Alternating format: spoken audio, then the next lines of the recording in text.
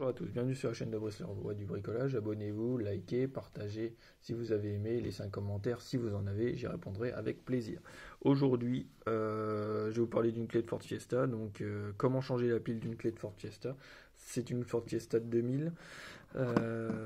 2003, pardon. Et donc, vous venez avec un tournevis un tournevis plat de 5 mm environ. Et vous venez ici, il y a un cran ici. Normalement, là, il y a le sigle Ford qui est parti avec le temps. Mais vous venez ici, vous allez pousser et faire levier. Vous poussez et vous faites levier, tac, pour faire sortir le premier bloc. Donc voilà. Après, vous allez voir que ici il y a des crans, vous voyez. Alors on peut les chasser avec le doigt, comme ça, très simplement. Voilà. Et vous l'enlevez. Et de l'autre côté, il y en a un aussi, mais quand vous faites ça, normalement, l'autre, il se déclipse tout seul. On peut avoir les deux parties. Donc celle-là ne nous intéresse pas. Ce qui nous intéresse, c'est cette partie-là. Donc, vous voyez, j'ai une pile Energizer, c'est une 3 volts. Moi, j'ai retrouvé j'ai une pile Panasonic, là, de 3 volts. On peut voir. Et c'est les mêmes.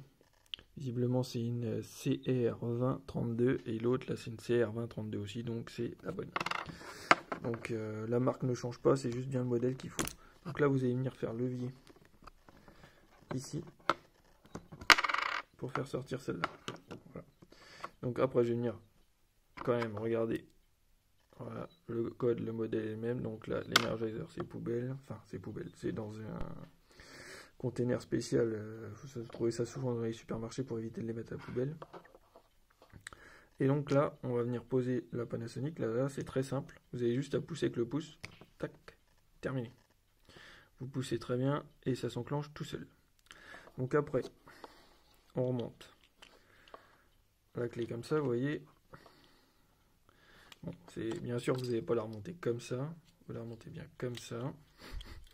Et vous avez juste à pousser un coup et vous regardez que les deux côtés soient bien enclenchés. Donc ce côté-là et ce côté-là, c'est là où il y a l'éclipse. C'est normal qu'il y ait un petit peu de jeu, c'est pas très grave, parce que après on va remettre cette pièce-là. Donc là vous pouvez observer sur cette pièce-là que il y a un côté plus proche et un côté plus profond. Donc le côté plus profond, bien sûr, il vient là. Parce que si vous mettez le côté plus proche, vous voyez bien que ça ne va pas aller de toute façon. Voilà. Donc là, c'est ce côté-là. Non, c'est pas ce côté-là, pardon. Si, c'est ce côté-là. Il faut juste bien l'enclencher. Voilà. On va le mettre comme ça, voilà. C'est ça. Moi, je vais pas y arriver. Voilà. Donc vous poussez un petit coup, ça va faire un clips. Et voilà. Et la clé est remontée. On va aller tester si ça fonctionne bien et normalement il n'y a pas de problème. Donc voilà, on est devant la voiture. Maintenant on va tester si ça fonctionne bien. Et voilà. Donc ça fonctionne très bien. La pile a été changée. Donc faites pareil. C'est très simple, n'ayez pas peur, cherchez la bonne pile aussi, vous pouvez très bien la démonter préalablement comme moi j'ai fait, j'ai démonté préalablement et j'ai noté le numéro de la pile. Et comme ça j'ai été acheter la pile exacte qu'il fallait, comme ça vous n'allez pas tâtonner pour acheter la pile. Donc voilà, donc vous n'aurez même pas forcément besoin de la démonter, vous regardez ma vidéo, si vous avez exactement la même clé, vous avez juste à noter le numéro. CR20, 23 ou 32, je ne sais plus.